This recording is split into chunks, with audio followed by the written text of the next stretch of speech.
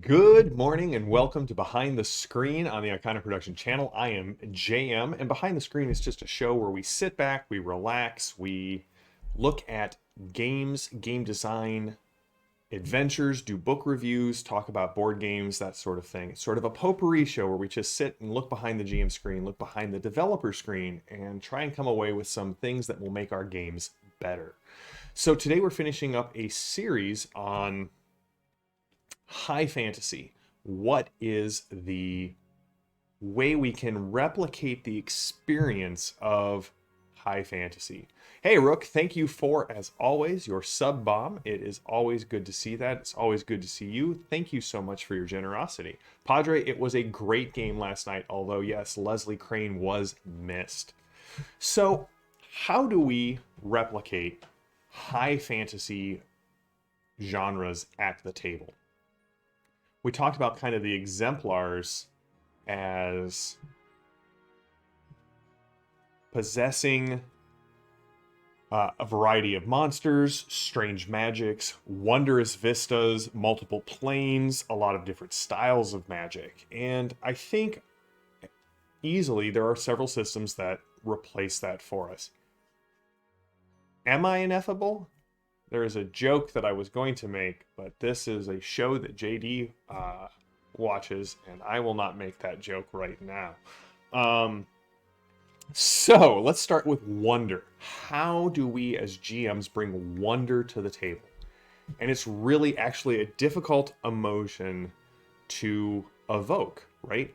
Wonder is the sense of finding your place in the universe by reference of scale of something else. Whether that is power, that is beauty, that is majesty. Senses of wonder help us define ourselves in relationship to something else. So for example, standing at the base or the top of Pikes Peak can invoke a sense of wonder because there is this massive thing in front of you. Seeing for some people, seeing the plains of the Midwest just rolling on for eternity can evoke a sense of wonder. Standing before that first dragon, the first time you meet one in your first game, a sense of wonder. For me, the last time a game really evoked this for me, I'm playing Elden Ring, and when you see these giant walking mausoleums, just the scale of the thing and the fact that they have a building on top of them. How am I supposed to deal with this when I'm this big and I barely come up to the ankle on one of these things? So wonder is a difficult sense to evoke. Tolkien uses like the statues of the Argonath, and Peter Jackson brings that in very well in the movies to evoke this sense of wonder. So things that evoke wonder it's usually going to be descriptions to your players. Size, scale. Things that are large, things that are bizarre. Speaking of the walking mausoleums, things that are surreal. Things that remind you of your humanity because of their distance from what you're seeing. I'm watching through Doom Patrol Season 3. Minor spoiler, there's a guy who traded his heart for a canary that he can let free every day and see the world in new ways. It brings wonder, it's newness to his eyes. Also, the fact that he has a birdcage in his chest is sort of puts that scape or that distance between the point of view character and this character. It is very easy to slip into surrealism, right, the line between surrealism and sort of the fey wonder, the wonder of fairy, is very difficult to do. I only hit it about 40% of the time, if I'm being honest. Now, surrealism is a lot of fun. Bob and I are working on a surrealism story together, and it is bizarre. And hopefully there is some sense of wonder in there. But yes, it is the relativism, Bob, of the difference of scale. Standing at the beach for the first time and seeing the sunrise, views from space, those new telescope pictures evoke a sense of wonder. Or unless you're Lovecraft, in which case they evoke a sense of deep and abiding terror. The line between wonder and terror is also a fine line, and it's easy to go back and forth. So how do we do this? Scale is one thing. Beauty is one thing. Lovecraft gives us some hints in this, in the fact that he always describes around something. So if I were trying to evoke wonder in a high fantasy game, and remember, the idea is that high fantasy worlds tend to have multiple layers of kingdoms and empires and peoples and gods that came before and have just this massive sense of scale. So, right, Moria is built for dwarves, yet towers above them. These are ways that we can evoke wonder at the table. Scale is a very easy one. Never describe the whole thing, right? You can't see all of Pike's Peak when you're at the base of the mountain, nor can you really see it at the top of the mountain. So describe what your players can see and let the description kind of fade away as their senses are beholding something that is too real, too big, too bright for them to encompass the totality of it. Another thing that comes up in high fantasy is variety. Don't get stuck in ruts in high fantasy. Epic fantasy, we have orcs, and we have goblins, and we have trolls. And we see a lot of orcs and goblins and trolls and spiders. In high fantasy, throw everything. Take two creatures and mash them up. Troll Driders is one that just popped into my head, which would be terrifying. Yes, Padre, turning the weirdness up. Or the weird shit-o-meter up. I love that. Numenera does a very good job of this in the fact that they have just a lot of strangeness in the ninth world, but it lacks the depth, I think. It is a very surface-level strangeness, but Numenera has a lot of really good ideas for how to evoke wonder and variety. So, I know, it just came into being. I literally made something new. But right, take two monsters, push them together.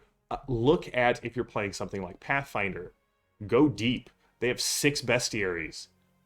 By the time you hit bestiary 5 and 6, it is the weirdest stuff. If you're doing old school D&D, look at things like the Fiend Folio.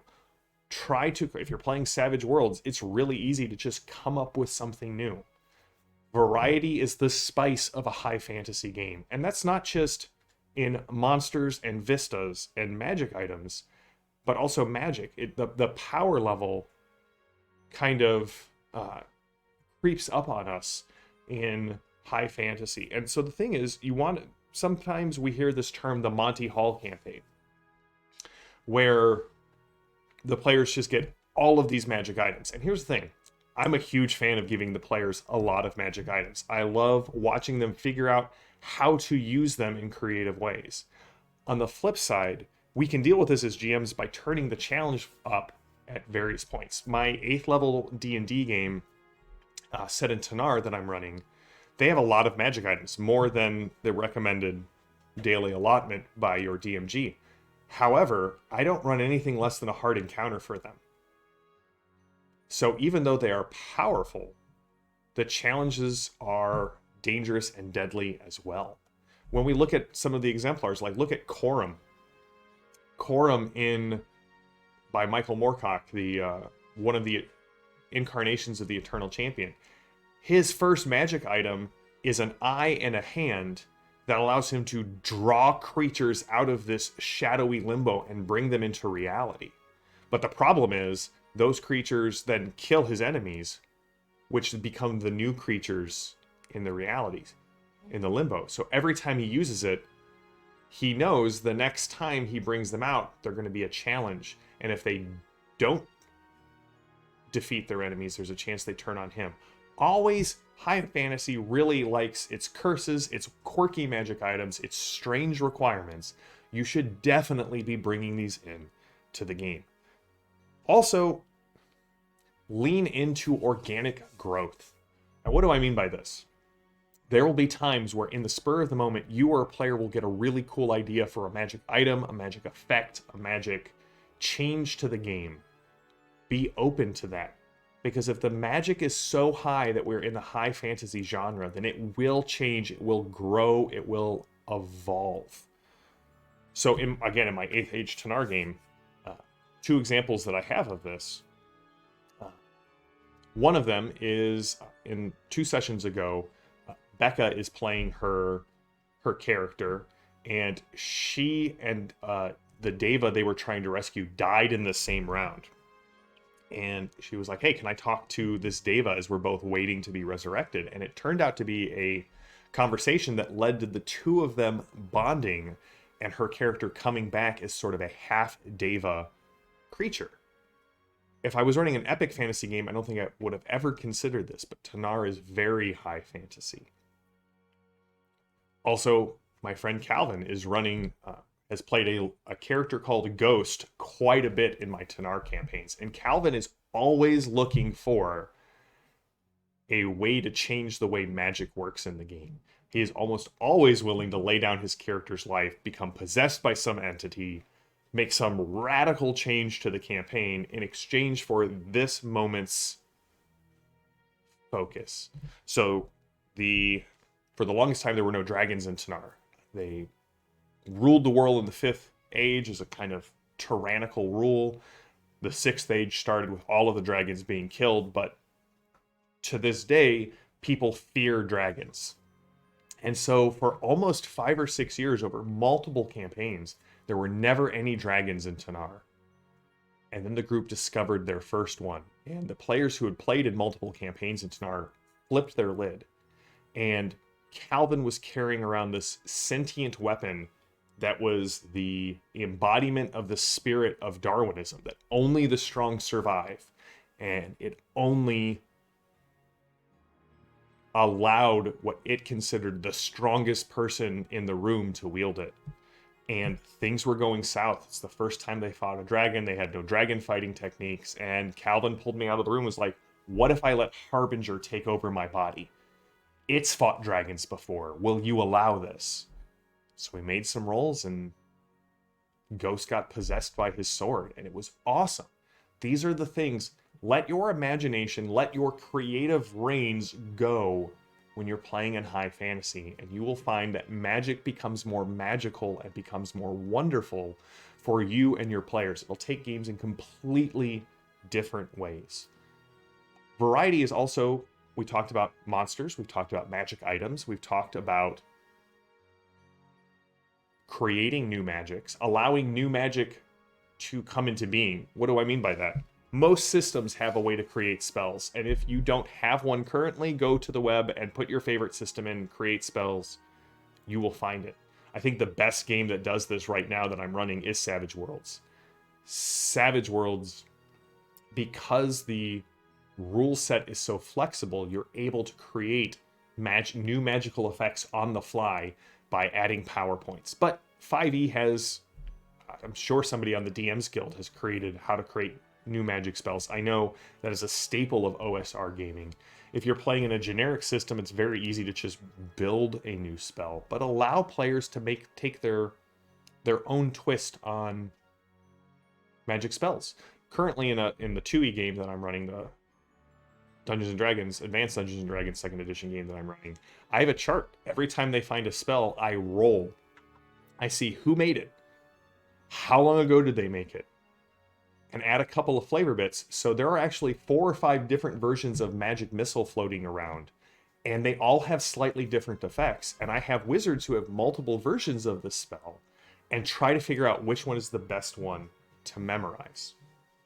So let your players come up with their own spells, their own trappings, their own effects. And the last thing I want to say is take your game away from your world. Whether it's subplanes, demiplanes, the alchemical plane of fire, move them into different realms. Let them explore different vistas that are completely alien to them. It'll tie back into the sense of wonder, but also remind them that high magic games are far beyond just what their local concerns are. Rook, there was a great game by John Wick called, I believe it was called Wield. And in the game, your character was actually the magic weapon. And I don't remember if this was his rule, if I'm stealing it from another one of his games, or if it was just the way I would run it. So apologies if I have created this melange of mechanics. But essentially, the disposable things in the game were the characters wielding the magic items. So you were playing like the Hand of Vecna and Roland's sword and Mjolnir, and the magic items get passed around. Now, if I were running it, and again, this is either from his Game About Gods, from the game Wield, or just something weird that popped into my head while really reading it, I would say, cool, everybody make their magic items. Cool, who is the person at the table who will play the wielder of your item? So essentially, I would play Mjolnir, and I would say, okay, Bob is the guy who found Mjolnir. And so we would have the ties back and forth to, I'm playing the sentient magic item, but I'm not playing the character wielding the sentient magic item, and make sure that everyone has that inter-party tension. I think that would make for a wonderful game about playing magic items. Well, I mean, Roland is amazing. Why would I not reference Roland? So, that is my high fantasy experience. If you use any of these techniques, please let me know in the show notes or in the YouTube comments. I would love to hear if you're running a high fantasy game, if you are trying any of these out. I would love to interact with you about this. We're going to be starting our next one, which is one very close to my heart. The next series we're going to talk about is Sword and Sorcery. I'm going to talk about Jackals because it's Sword and Sorcery. I'm going to talk about Conan, Fafhrd and the Grey Mouser. Elric has some Sword and Sorcery elements. What makes Sword and Sorcery so cool? And we're going to follow the same 3-act arc. Who are the exemplars? What games stand out as really great mechanical reinforcements of the genre, and then how do we replicate that at the table? But Thursday, as you may have discovered, some of these shows of behind the screens I do for specific people in the chat. I think everyone will enjoy them, but I want to show something off cool to one person. And my friend Bob loves good art. We're going to review Blackbirds on Thursday. I'm going to try and pull some pieces of art out to show it out. It is a game powered by Zweihander. I'm going to do an unboxing video of it when my Servants of the Gods box comes in. It's a game powered by Zweihander and was the world that was developed by one of the creative directors at the League of Legends game company. It is weird, it is quirky, it is beautiful. The prose is gorgeous. And I think we'll find some links back to our review that we did on Dark Souls, maybe even a little bit of Elden Ring influence. Something in the zeitgeist was happening that produced both Elden Ring and Blackbirds. So that will be our show on Thursday. Next Tuesday, we'll jump back in to our discussion of fantasy genres. Check out all the other great shows we have on Iconic. We will be back tonight with more Torg. Tonight is the first of a 2-part B-Team game. If you don't know who the B-Team are, they are our beta clearance, high-level Storm Knights that we keep coming back to. Phantom of Truth plays in that game. Both Bens are in that game, and a couple of other great players, including Maddie and Brian. So we're going to be doing that for 2 weeks. We're also going to have the grand campaign this Sunday, or this Saturday morning. We'll be talking about more ways to manage a grand campaign. So I know this was a little bit of a short one, but thank you all for showing up for this. I always enjoy chatting with you and interacting with you. And we'll be back on Thursday with more Behind the Screen. So until next time, stay safe, stay healthy, stay gaming. John, good to see you. And we will see you all on Thursday for more Behind the Screen. Have a good one.